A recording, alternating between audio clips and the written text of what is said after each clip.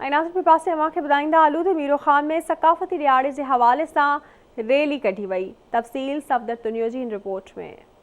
आवाज़ टीवी जे सॾ ते सिंध सदा आबाद हुजे जे सिरे हेठि समूरी सिंध में मल्हाइजंदड़ सक़ाफ़ती ॾियारे जे मौक़े ते समूरी सिंध जियां मीरो ख़ान में भी सक़ाफ़ती ॾियारो वॾे क़ौमी जोश ऐं जज़्बे सां मल्हायो वियो। तालका प्रेस क्लब मीरो ख़ान खां शहर जे मेन चौक अर्ज़ी बुड़ो ताईं निकितल रैली में शहर जे सियासी समाजी मज़हबी तंज़ीमुनि जे अॻुवाननि शागिर्दनि ऐं साञा वञनि वॾे अघ में शिरकत कई। रैली में मौजूद शहरनि ऐं मुख़्तलिफ़ सियासी समाजी तंज़ीमुनि जे अॻुवाननि तरफ़ां क़ौमी गीतनि ते रक़्स पिणु कयो वियो। उन मौक़े ते आवाज़ टीवी न्यूज़ सां ॻाल्हाईंदे शहरनि साञा वंदनि ऐं मुख़्तलिफ़ सियासी पार्टी अॻुवाननि चयो त अॼु 6 डिसंबर सक़ाफ़ती ॾियारो आहे। सक़ाफ़ती ॾियारो असां बाक़ाइदे ईद वांगुरु मल्हाईंदासीं, जोश जज़्बे सां मल्हाईंदासीं।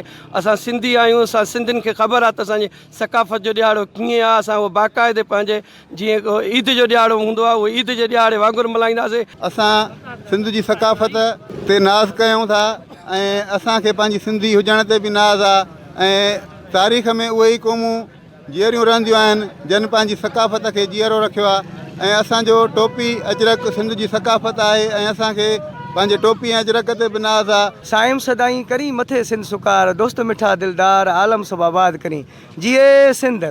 जीअं त हे जेको आहे सो असांजो 6 डिसंबर जो ॾींहुं आहे, एकता जो कल्चर डे मल्हाए रहिया आहियूं ऐं असां जस था ॾियूं आवाज़ टीवी वारनि खे जंहिं हिन पंहिंजे पूरे जेको आहे जोश जज़्बे सां सॼी सिंध जी जेका सॼे पंहिंजी सिंध में सॼे पाकिस्तान में छा पर फॉरेन कंट्री में सभिनी में जेके असांजा रहनि पिया उते बि हिन आवाज़ टीवी वारनि जज़्बो जुनून ॾेखारियो आहे। सभिनी खे गॾु कयो आहे त पंहिंजी जेको आहे अमर धरती सां प्यार कयूं, अचो त वाइदा वचन कयूं। सक़ाफ़त हिकु अज़ीम ऐं अवाली सक़ाफ़त आहे।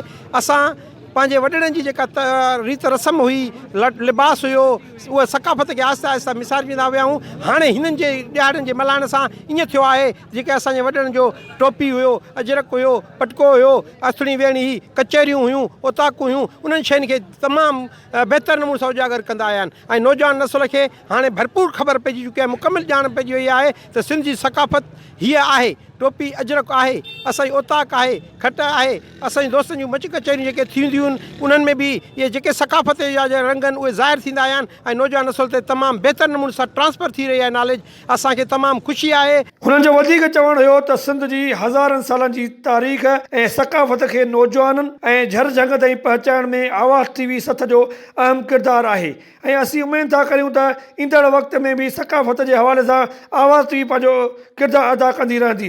कैमरामैन अज़हर अली बबर सां गॾु सफ़दर अली तुंहिंजो आवाज़ टीवी न्यूज़ मीरो ख़ान।